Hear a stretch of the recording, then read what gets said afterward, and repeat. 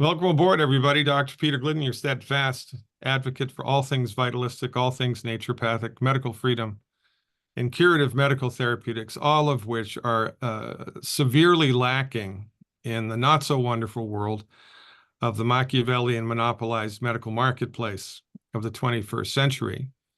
However, good news, the Naturopathic Medicine Institute exists. The Naturopathic Medicine Institute is alive.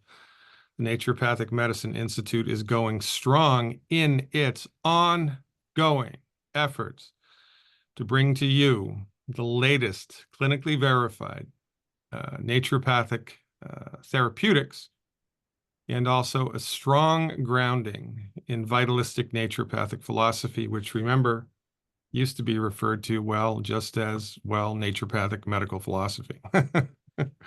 So here we are at the end of this year, 2024. Not really sure where all of the time goes, but it certainly is flying by. And we are ending out this year with a bang.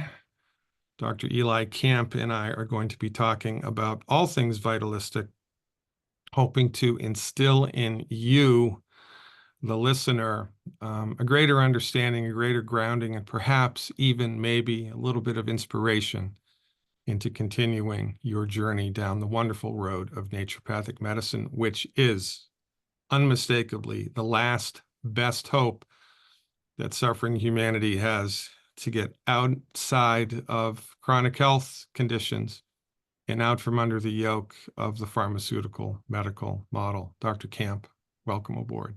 So glad to be here. I love that intro. It just pings all of those chords inside of me. It makes me want to jump and go, oh, yes. Well, you know, the truth has a ring to it, right? It does. It does.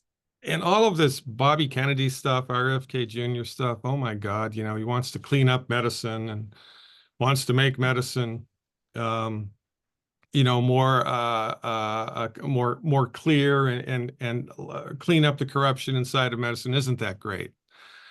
But Yeah. it's I not can't gonna, decide. Is that it's not, real or is it smoke? well, but even if it is real, think it through.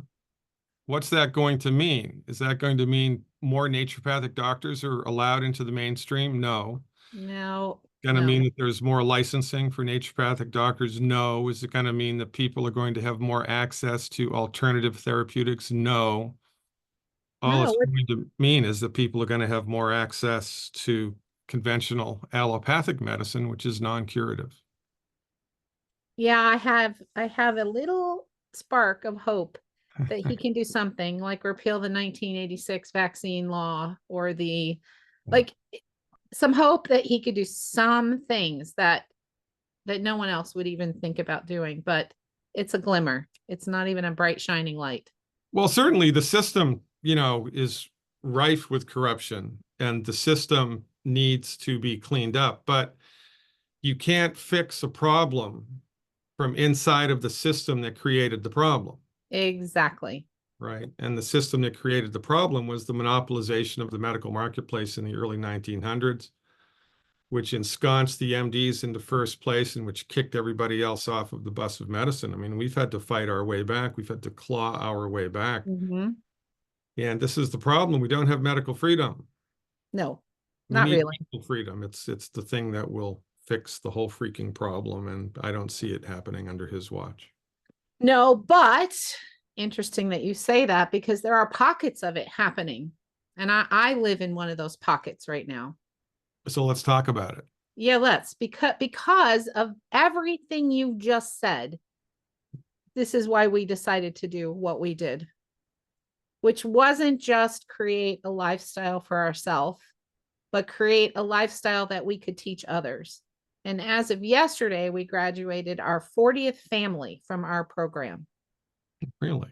Yes, yes. And I know 40 doesn't sound like a big number, but if you think of those 40 families like rocks or little pebbles in a pond or a big ocean, even, well, without all the waves, but if you think of it like that, the ripple effect that will happen from those 40 epicenters, plus whoever we can reach in the coming years, and whoever they can reach in the coming years, right? That's a groundswell of creating our own medical freedom. So what is it specifically that you're teaching these families? So before I answer that, just for folks who don't know, let me give you a 2-minute. What did we do? So, in 2020, as the COVID stupid insaneness was starting to boil, and I saw, like, as so many of us did, the insanity that was going to follow this. I won't even go into that. You do a really good job with all the COVID nonsense, but we saw it. And we said, okay, food is going up. People are totally overreaching and overstepping their medical authority, governments and officials. And we live in a city whose infrastructure may or may not remain intact. Like, we didn't know what's going to happen for sure.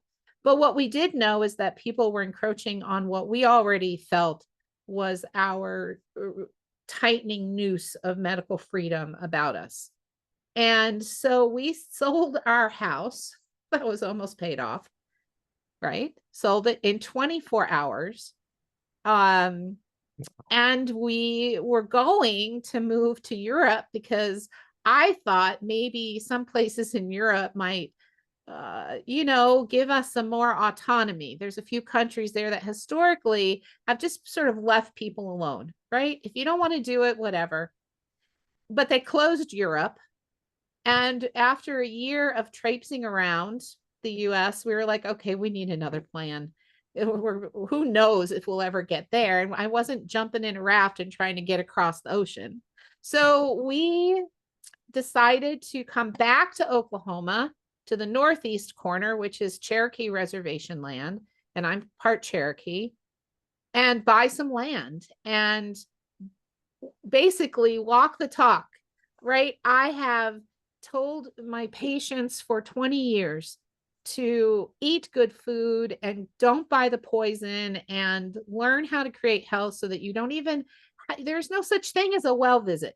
What do you go to the doctor for when you're well? That's so stupid. Like, become well, just learn to recognize those things that could still exist even in an optimally healthy body. Type 1 diabetes, the thyroid that's died because the radiation has destroyed it, for whatever. Learn to recognize those things that you might die if you don't take advantage of mainstream heroic medicine, right? And everything else doesn't exist once the body's healthy. And so we found a place, and the intent was to do the same thing we were going to do in Europe, was to do it here. So what we wanted to do was grow our own food. Like, why go work hours and hours and hours and hours to go buy organic food that's more expensive than the poisonous food, and be away from home and away from our children who we were homeschooling? And it started to be bizarre in my mind, the kind of lifestyle that we have been crammed into, the zoo that they funnel everybody into from grade school through college, unless you have the fortitude and the tenacity and the vision to look around and see what is happening to humans today.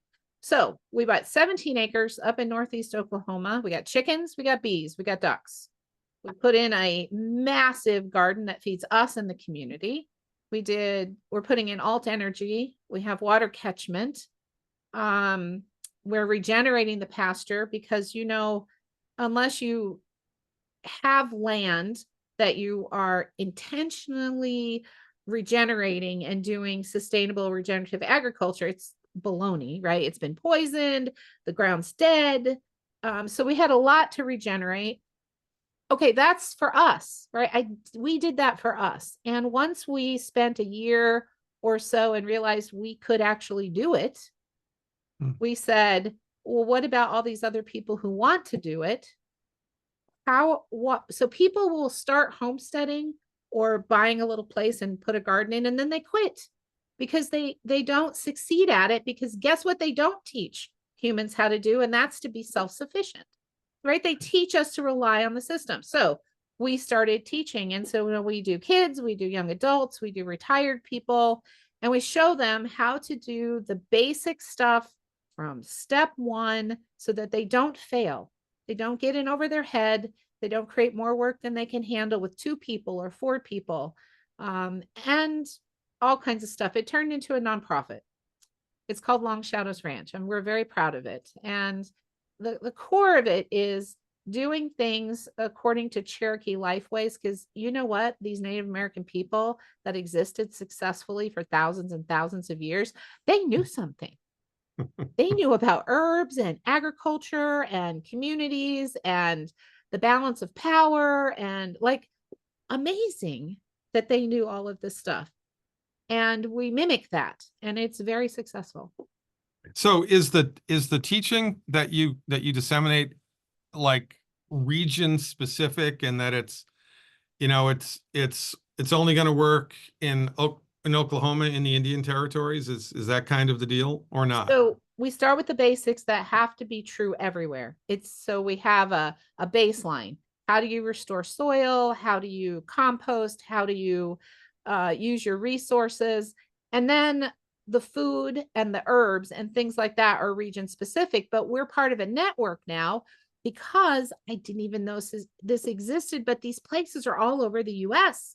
And so we're part of this network now, where somebody comes in from Alabama or New York, upstate New York, and they come learn with us, then we connect them with a local farm in their area so they can keep learning and they can be supported. The cream on the top, or maybe the cherry on the top, is that I'm teaching nature cure. So I have all these classes of, you know, like we use minerals. I use them with my animals. I'm doing it in the dirt, right? We do hydrotherapy. I teach people how to do stitches. Why are you going to the doctor where they're going to pump you full of antibiotics, Right. which you don't even need to throw 3 stitches in? Right. Like, not to, and we're careful, right? I'm not having any, but I don't want anyone to get gangrene and have their arm fall off. But that's part of learning how to be your own best doctor. And wow, that's very inspiring. So what's the growing season like where you live?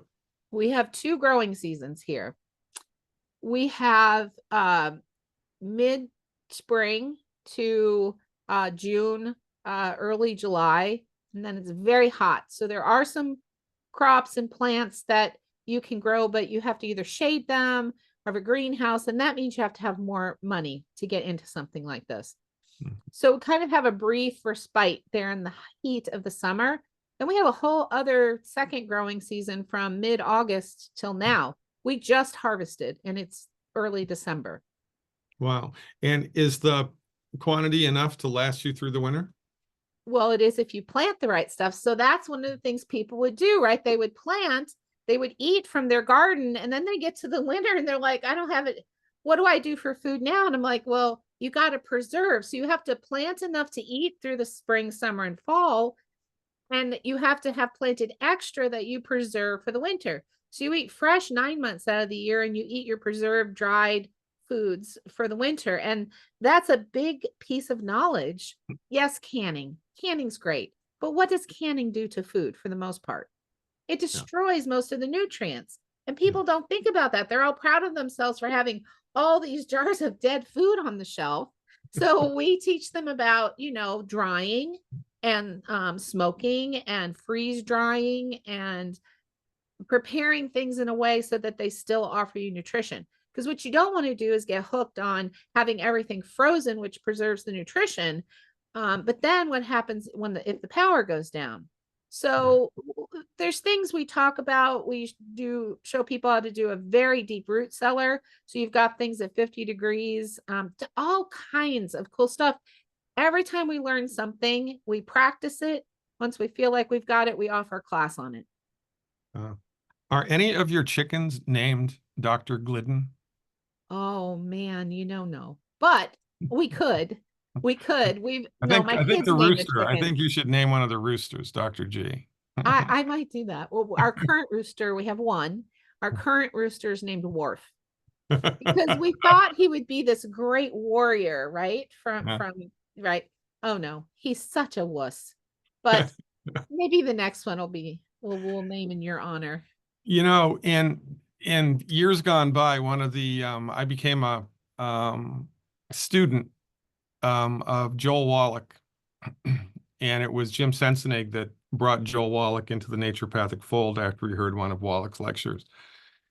And one of the things that I learned from Wallach, which a couple of people around the country, especially the Amish community, for whatever reason, that's interesting. That's a whole nother story, right? Has really taken and run with it, is the fact that what, you know, Wallach's whole thing is that the body needs essential nutrients in order to function, and that the essential nutrients are not present in the food. They never really were all present in the food, but they've gotten dramatically less and less and less over time. And 2/3 of the essential nutrients are minerals, right? Yep. Yep. So the lion's share of the essential nutrients that the human body needs just to function the way that nature and God intended it are minerals. Minerals are less and less and less and less replete in the soil, and therefore less and less and less replete in our body. So mineral supplementation is kind of a big deal. Yes. So they found a mine in southwestern Utah where there are massive deposits of humic shale, and the humic shale is loaded with organic plant-derived minerals, which, you know, were in the soil from dinosaur days. Right. So they extract the shale, they purify it, and put it into bottles for human consumption. But in the process, there's an intermediary step. I forget the name of it. It's either fulvic or humic / fulvic minerals that Mhm. they put into like 50-gallon drums and sell to farmers. Yes. Yes. And when you put that stuff in the soil, Yep. you get like 3 or 4 times the yield that You you do. normally would. Yep. It's humic fulvic. We get that. So yeah, you do, Wes. You need that, especially if Yeah. you get property or you try to work land that's been killed, right? Yeah. And when I say killed, I mean sprayed with pesticides, herbicides. It's been grazed without it being rotational grazing. Yeah. They've tried to do too much on it. It was a chicken farm, it was a pig farm. Like if it's dead, you have to regenerate it first, or you're not going to get anything from it. And you can't support livestock on a dead pasture. Yeah. Yeah. And even in a perfect world, right? Like if you know, we stumbled upon, you know, 100 acres in Siberia that's Right. never been touched by human hands, it's still the topsoil is not going to have all of the minerals that the human body needs. Nope. There's a guy in Canada. You actually mentioned him a couple of years ago. You remember his name off the top of your head, but if not, he's pretty easy to find. He's been tracking the dropping mineral levels all over North America. He just branched out into Europe, I think. Do you know who I'm talking about? Is it I do not. Shoemaker or Schumann or Might oh, be. Can't remember. it is in the last 10 years, it has exponentially increased for some reason. Like, And oh, yeah, it's bad. And when you spray glyphosate on the plant, right, the glyphosate goes down into the soil and destroys the bacteria that the yes, plants need in order to suck the minerals up. yes, So even if there are enough minerals in the soil, there aren't 60 minerals in the soil. But you no, know, the plant needs 6, I think, to survive, where the plant wouldn't be able to grow. But so over time, because the minerals are not all present in the soil, number one, and then number two, when you spray glyphosate on them, the ability of the plant to suck them up is dramatically decreased. So everybody, and by everybody, I mean everybody who is not supplementing with a mineral supplement is nutritionally deficient. yep, And it's only a matter of time until something in their body breaks. And it's not because of chemtrails. It's not because they're living downstream from a nuke. It's because their body just ran out of the stuff it needed to fix itself, and then something break. And then, of course, they go to the MDs and they throw a drug at it. The break drug it doesn't even more. fix the cause of the problem, accelerates nutrient deficiencies even more. It's, you Yeah. know, good for big pharma, bad for people. But Yeah, folks are surprised when they come out here and they start working with us, yeah, you know, to see our regime where I take our minerals and I add it to our water, where, you know, they're like, but you're growing your own food. And I'm like, okay, let's just start at square one. I am growing my own food. I want to be able to keep growing my food, which is still lacking in minerals that I need. It has the vitamins, right? And at lower levels. But yeah, the minerals is exactly what you're saying. This is key. You know, my chickens do better than anybody's chickens around here, unless they've come and studied with us. yeah. Why? Because we give them those minerals. Yeah, that's interesting. I was talking to an Amish guy years ago, about 10 years ago, I think, for about 7 years. I lectured all over the country and to all kinds of different groups of people, right? And so I was lecturing to a bunch of Amish guys in a barn. No kidding, you know, because they I don't like believe you. modern appliances, right? They were all on wooden benches and they're all, had the black and white clothes on and the hats, and all of the women, looked like they just come out of, the 17th century, just got off the Mayflower, right? Yeah. And so I'm talking to these people and everybody's nodding in agreement. And it was like I was preaching to the choir, because they had started using minerals before I came, because they were listening to Wallach and their chickens and their eggs. And if you're like a chicken farmer and you're raising, eggs, right? That's your business, is chicken eggs in addition to the chicken itself. There's something called, I forget what they call it, but there's a name for it, but you expect so many of the eggs to break, Yes. right? There's a name for it. And their eggs, like, Don't break. they don't break. No, no, because they're strong. So you know we're in Amish country where we are. I didn't know that. Yes, the Amish cohabitate wonderfully with the Cherokee. They love each other. That's where we get our milk to make our cheese, and the Millers. And the just like you're describing, right? There's still horse and buggies around here too. Yeah. But they do this. They are they kept it alive. And Yeah. they're very willing to teach if you'll come learn. You come spend time with them, you help them work, they'll teach you. There's not a curriculum. You learn whatever they're doing that day, right? And then they'll talk. And there are people of not many words. So you have to ask questions. It's not like they're just chatty. They don't know what you know. And they don't often even know what they're doing different than the rest of the world. They just do what they've done for so many, many generations.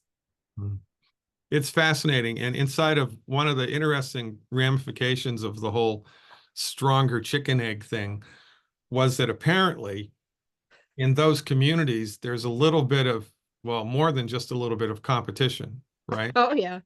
So when this guy over here has like hardly any of his chicken eggs break, then the word spreads. Oh, what are you doing? How are you doing it? What are you doing? Fine. Before you know it, everybody's giving their chickens the minerals. Oh, yeah. And it was really pretty cool and pretty great. It's Well, what we've an awesome we've experience lost. that must have been. Yeah, it really was. I remember I was giving a lecture to the Amish. Um, and they're very stoic, and it's hard to, I felt really proud because at one point in my hour-long lecture, I made one of the Amish people chuckle, right? It was like, oh, it's a huge breakthrough. Yeah.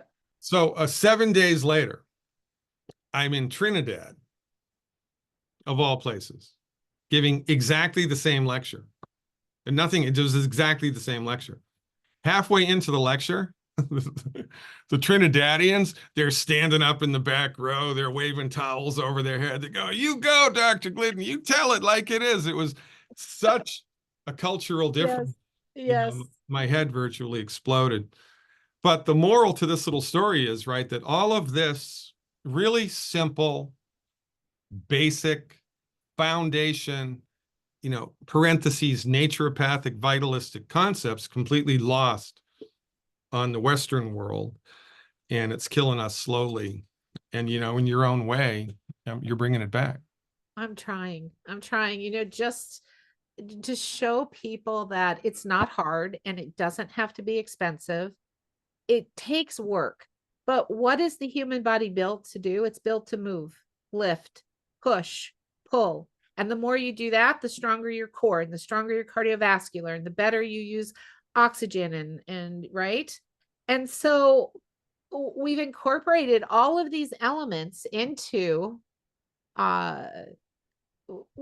into life and into a way of life and into living life in a way that's not, because you always think of the farmer as this, I don't want to be a farmer, right? It's back breaking work and hours and that. No. I'm not talking a commercial farm here. It's more than the victory gardens that they used to promote. What was that in the 50s? Yep. They started with the victory gardens. It's much more than that, because it's not just a few chickens and a little garden where you supplement your food. It is being able to feed yourself, sustain yourself, clothe yourself. So just in case people are wondering, what I still practice medicine. I have a part-time practice because often you still need off homestead or off farm or off ranch income until you've done this for 4 or 5 or 6 years and you have found something the community wants from you, whether to barter or for cash. Property taxes you can't pay in bread and cheese, so you still have to have a cash flow. It made sense for us to take my husband, who earns far less than I do per hour, and let me be the off farm revenue producer. So part-time off farm. And then I'm also the botanist and I'm also the nature cure doctor. So I take care of all of that sort of stuff and what food. And, we have 4 people plus lots of volunteers. So what do? The only things that we buy, and that's just until we figure out how to get our pasture producing some grain. We need an acre or 2 at the most. We buy flour, we buy salt, and we just found a group that goes to Utah and barters for salt. So we are hopefully not going to have to buy our salt anymore. We don't really use a lot of oils because so tallow works really good and butter works really good if you need any sort of fat. And then the foods that we have growing or we forage or we barter for provide fat in our diet. So we don't really need a lot of oil, and seed oils aren't good for you anyway, most of them. There's an olive farm not far from us that we can barter with. So we get organic, cold pressed olive oil, which is great. We don't heat with it, but it's a nice fat. We make everything else, right? We make bread, we make cheese, we forage for fish and deer and rabbit and all the vegetables we need. What else do we buy? We make our own laundry soap. What's your, what percentage of your, diet is animal meat, animal protein besides chickens? I don't know, 25, 30. We have a pretty good, I know all of the stuff, and we have some colleagues that really promote being vegan and vegetarian, but I don't.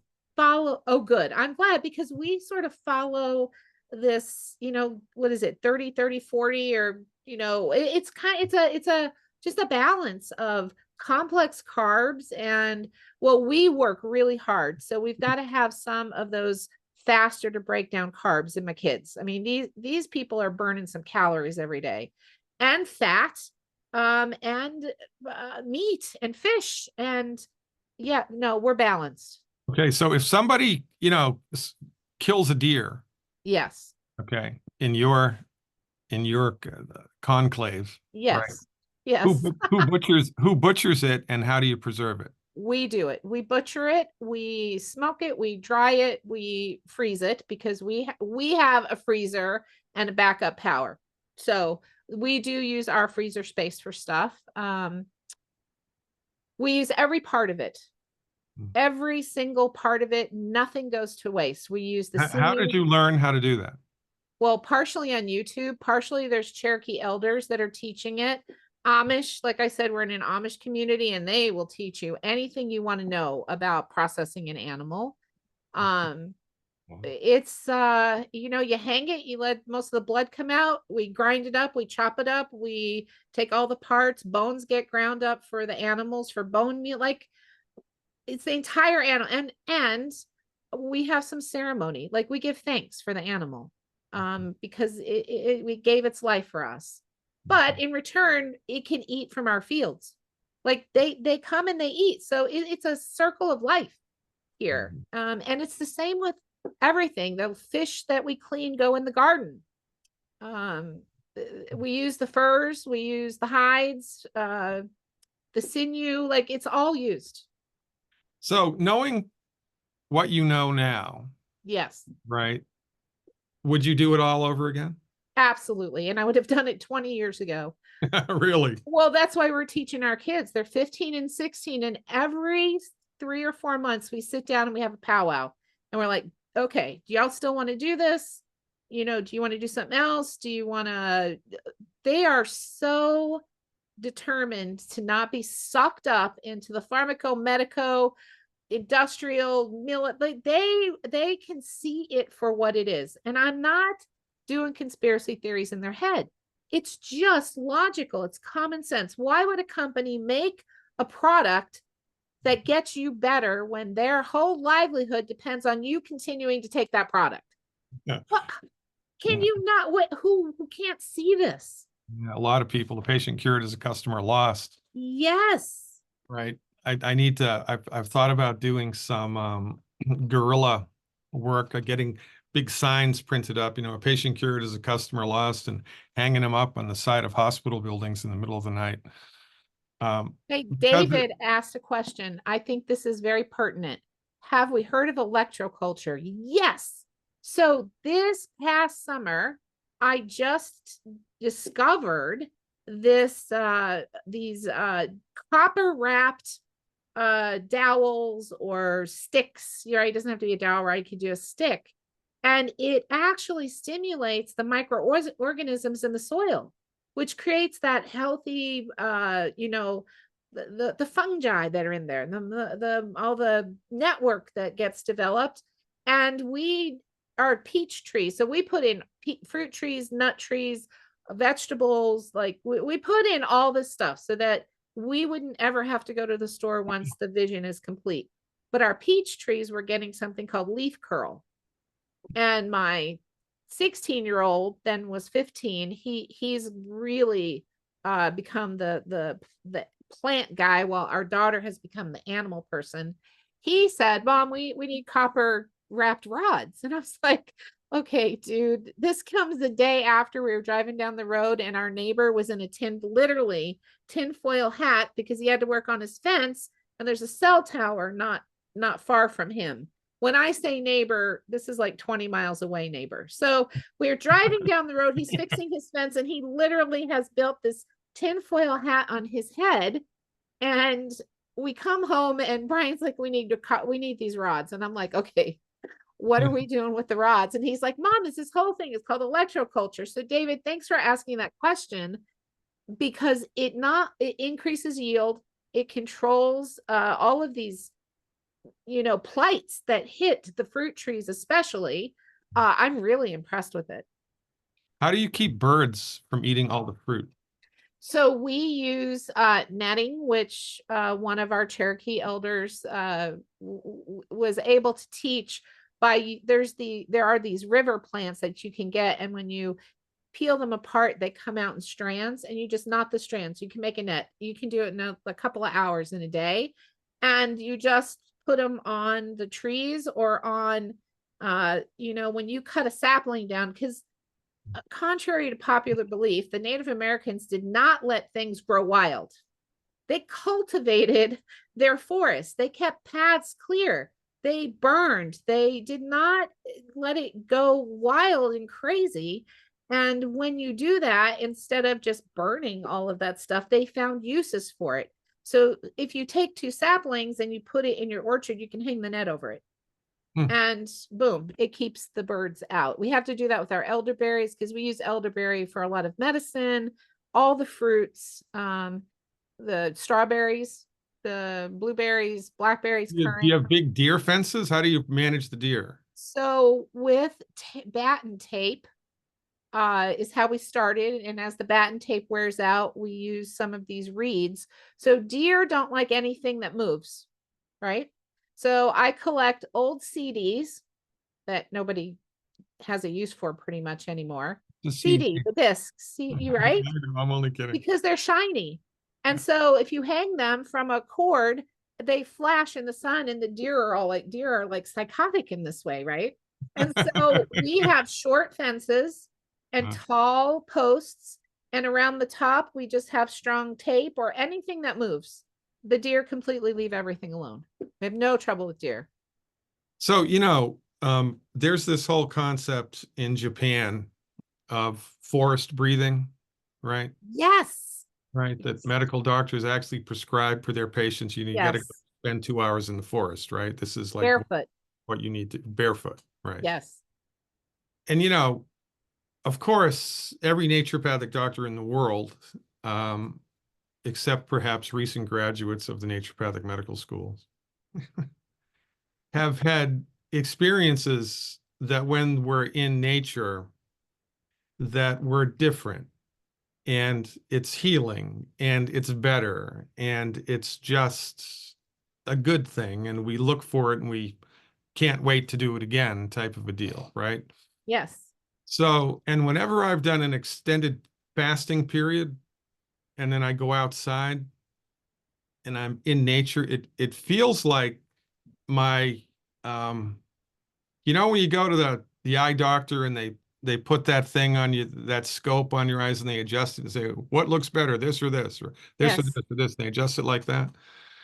Whenever I do an extended period of fasting and then I go outside, I feel like I'm in like a different frequency of nature, and things look different and my senses are different. It's like I'm perceiving the world through a different lens, even if it's just momentarily. And so, it begs the question that since you are basically living, this life instead of having to go there on a weekend to get recharged, that you're living and breathing it. How has that affected your overall gestalt?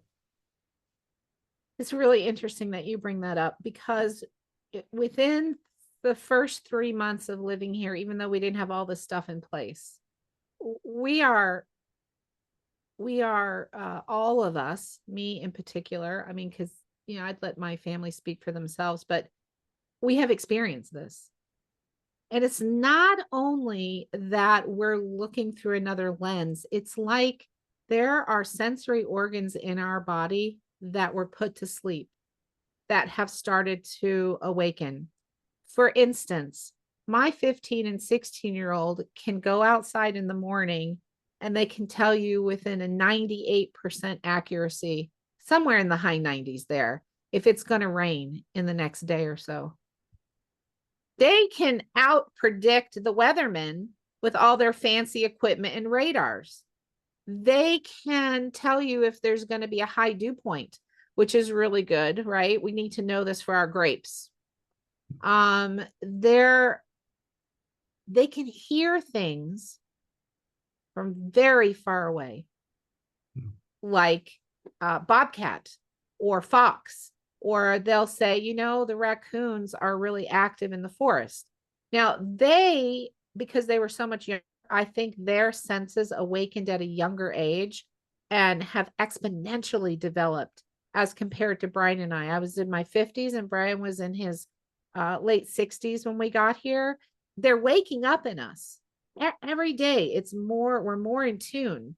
But it's amazing to watch the younger kids. And we have so we run 2 homeschool classes a week here, one for 12 and under and one for 11 and under, 12 and older. To see the change in these kids just in one semester, from when they get here to when they leave, there's a peace, there's a centeredness, they're listening.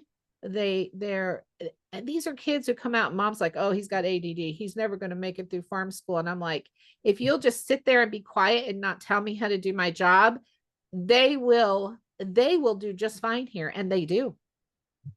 I mean, it's quite remarkable. It really is. It really is. Talk about a You gotta frame. come visit.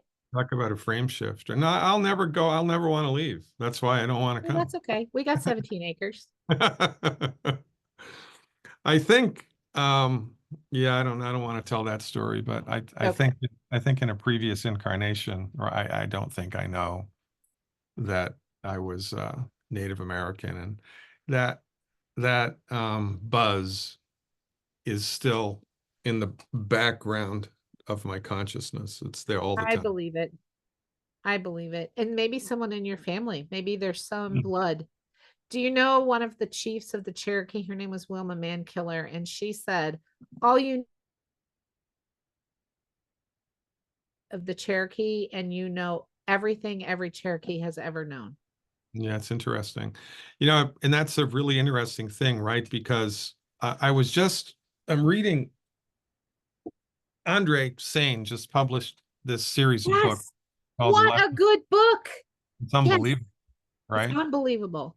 Yeah, it's really, really great about the whole history of homeopathy and the intricacies of it and the politics of it and how the pure homeopathic teachings were bastardized. It's the same things happening in naturopathic medicine now, right? Yes. Yes. But one of the interesting things about it is that, you know, how does the homeopathic medicine work? Well, the homeopathic medicine is so unbelievably diluted that nothing material in the medicine exists.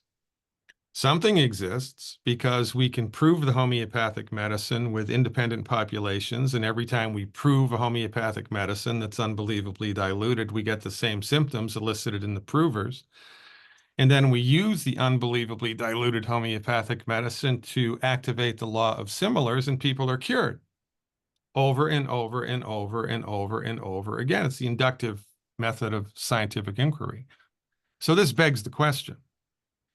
If the unbelievably diluted homeopathic medicine, which is nothing left material, is generating cures in living people, then the extrapolation is that the origin of the disease process is not material, that the origin of the disease process is dynamic, that the origin of the disease process is somewhere in the spiritual zone, and then it trickles down into the physical.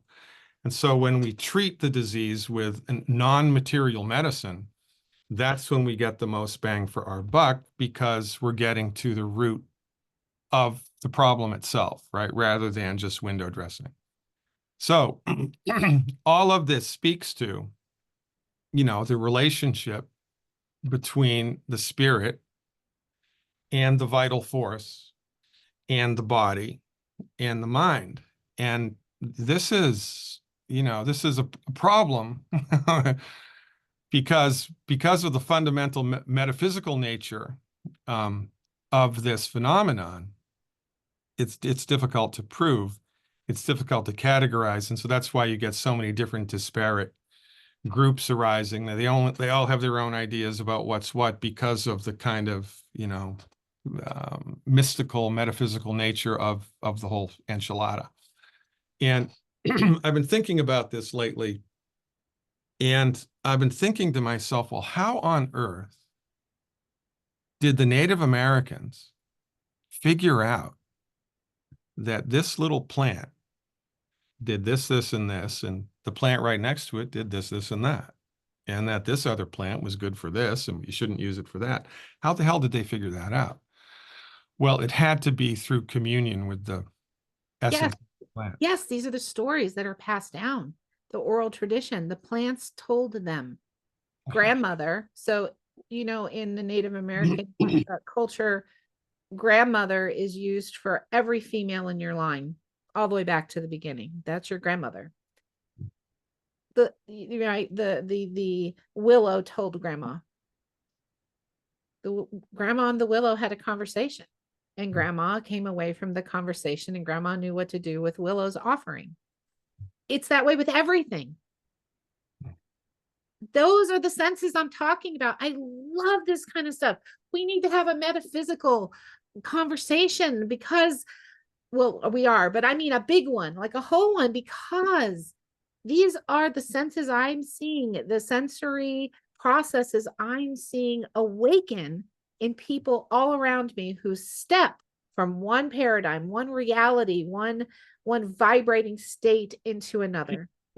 And you know, this from the Department of Redundancy Department, but I mean, it's worth saying over and over and over again, just because of the, you know, the current paradigm that we're all locked into tooth and nail, is that the medical doctors, bless their hearts, being trained in allopathic reductionism, de facto discount everything metaphysical, because in reductionistic science, if it can't be measured, it doesn't exist. So since nobody's ever dissected the soul or seen it with an MRI or an X-ray, it doesn't exist. Life after death is a fiction. God is a fiction. The spirit is a fiction. It's all a fiction. It's just a mental construct. I mean, one of the, I think it was either Watson or Crick, you know, one of the discoverers ostensibly of the, you know, the double helix structure of DNA. He was famous for saying that the brain is a function of evolution, and that the notion that there's a life after death or a soul that's informing everything in the body is completely ridiculous, because it's all just a function of materialistic science. And so because the MDs are grounded, the allopaths are grounded in this reductionistic, materialistic paradigm, they have in effect thrown the baby out with the bathwater.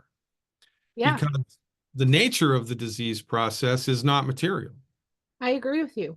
I Right. do. And that's why the leading cause of death, the leading cause of bankruptcy is MD-directed medicine. That's why nothing gets cured. That's why we have a chronic disease epidemic.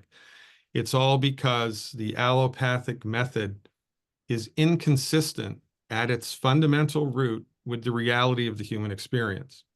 Yes. And it's because of that that they fail. It's not because they're sadistic people, No, not because they're trying to hurt people. It's no. because they're using, you know, they're they're they're using a fishing rod to try to, you know, capture a deer, and they're going to fail all the freaking time, and it's a big problem. Yes, they're opposing the laws of nature. So, Right. you know, I've shifted my thinking a little bit since the early years of the Vital Conversation to this exactly what you're saying, allopathic, because I have met many practitioners, including those with ND after their name, who have embraced, adopted, and adhere to the allopathic approach. And recently, in the last 4 or 5 years, especially in the area I'm in, I've met many MDs and DOs who have embraced, I don't want to say allopathic. I think of it as naturopathic, as nature cure. Like, what is the opposite? I know homeopathic is the opposite of allopathic, but you can't really say that to a lot of people, right? They'll swallow allopathic even without a glass of water. But I've got to come up with something that's opposite of allopathic, that's not homeopathic, because that's still coming along in the years ahead of us. But Yeah. So I think it would be naturopathic. Right. naturopathic. So I think of the allopaths as violating the laws of nature. Right. 100%. And yes, Paul, vitalistic, but that's another word. If you vitalism, and I'm trying, so I have a new podcast. I don't know if you even know about it. It's brand new. It's called Vital Wisdom. And it's where all I'm doing is talking about vitalism and what does that mean and how do you see it in everyday life. And I'm really excited for it. We'll see what happens over the coming years, but they are using a fishing rod to try and catch a deer. I mean, there is heroic medicine. And, you know, I was saved by heroic medicine when they almost broke me to begin. They almost killed me and then they saved me, right? Well, but listen, I mean, think it through, right? That heroic medicine is the epitome of reductionism. It is. You got a bullet in your arm, it doesn't get any more reductionistic than that. Exactly. So that's when their therapeutics are effective, when the therapeutics demand a reductionistic intervention. Yes, Right? exactly. Yeah. Exactly. Which is probably what, 2% Yeah, of a what's very, very, currently very being small done? percent. Yeah. And the tragedy is that if you were to use a naturopathic vitalistic therapeutic to help somebody recover from the surgical procedure, they'd recover in half the time with half the pain meds needed. Exactly. Right. Exactly. Yeah. But these, these concepts, these greater concepts are missed by people like, Bobby Kennedy and by the powers that be.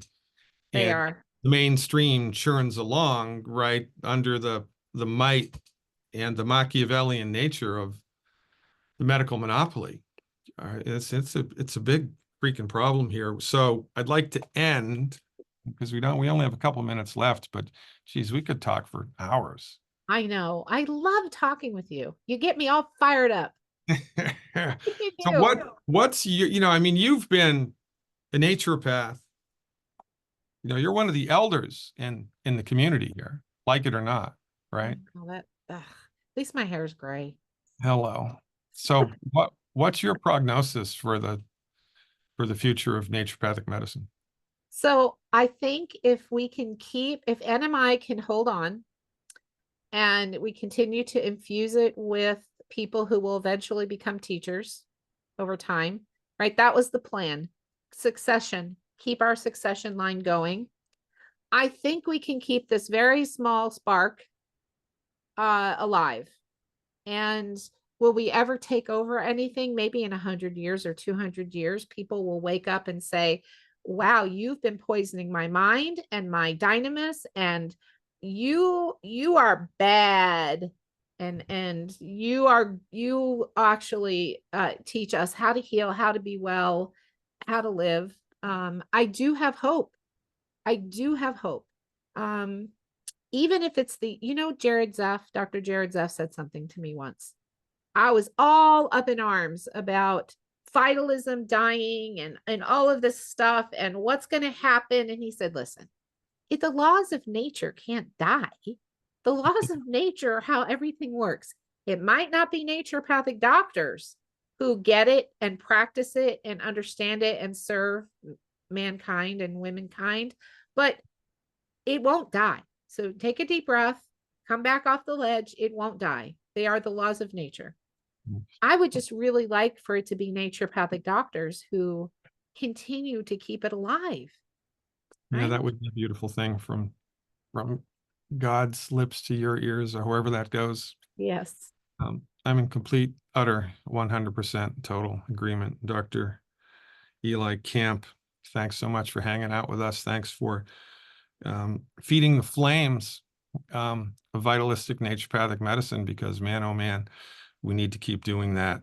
And every little bit helps. Ladies and gentlemen, I hope you learned a thing or two.